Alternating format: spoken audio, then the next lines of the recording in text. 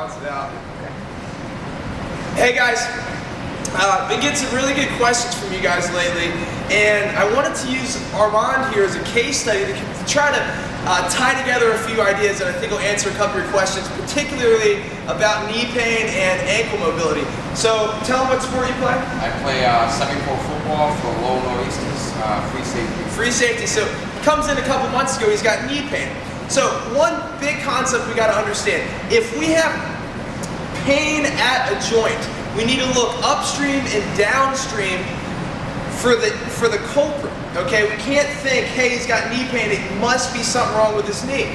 In this case, we did an assessment and we found out that he's got poor ankle mobility. Now we have to think, if the ankle's not moving, then somewhere upstream is going to have to find that motion, and in this case it's the knee, and the knee is a hinge joint. It's not meant to have a lot of mobility, it's just meant to flex and extend.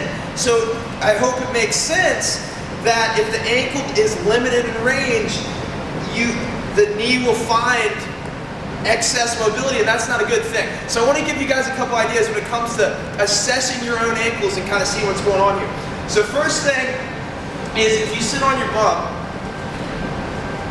is I want to check and see if he has impingement in the front, or if it's just tight ankles from wearing shoes and playing basketball, wearing just being tight over the years. So what I'll do is I'll push and I'll say, hey, where do you feel the stretch? I feel the stretch going from my heel all the way. So that's a good thing. He feels it in the back. If he said, hey, I don't feel anything, then that would tell us that he's got impingement in the front. Maybe he had a broken ankle, something going on. And that would bring us a whole host of problems. So that's a good sign, so try that. Next thing is, if you stand up, I'm just gonna have him press, so let's go this leg. Press your knee forward over the middle toe as far as it goes, keeping that heel flat. Is that as far as you got? And relax. Okay, so he's about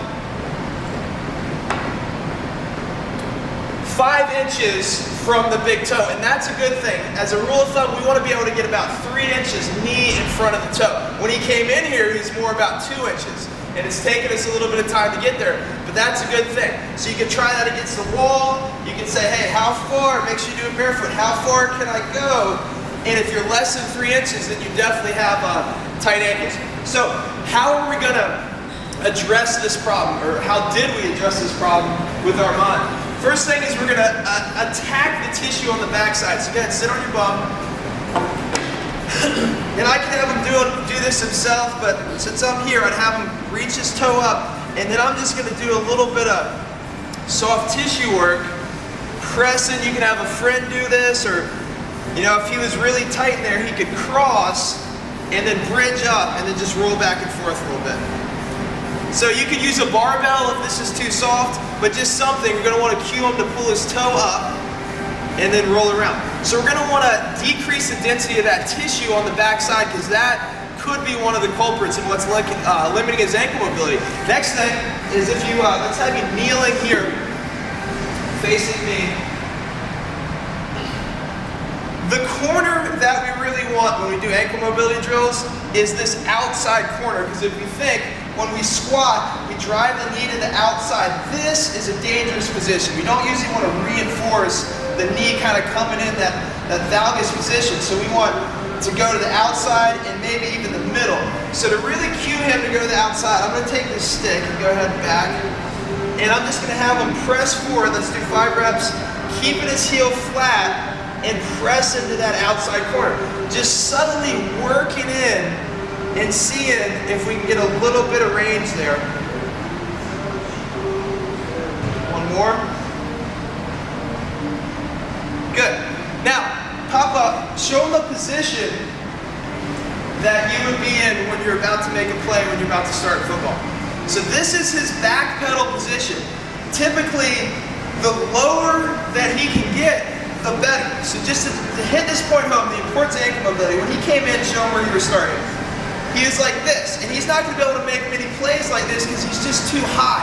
So we got to think, if he's low, when he's backpedaling, when he goes to change direction, he can create a very steep shin angle and put more force into the ground at a better angle by doing it that way. If he's high, that's not much of a shin angle, so we've got to get him low.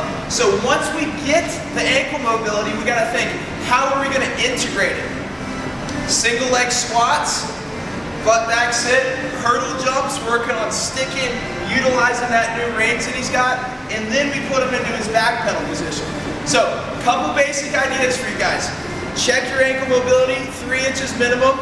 If you're lacking in it, work on driving to the outside toe. Work on a little soft tissue work on the backside. It could be a stick, it could be a lacrosse ball, it could be a foam roller.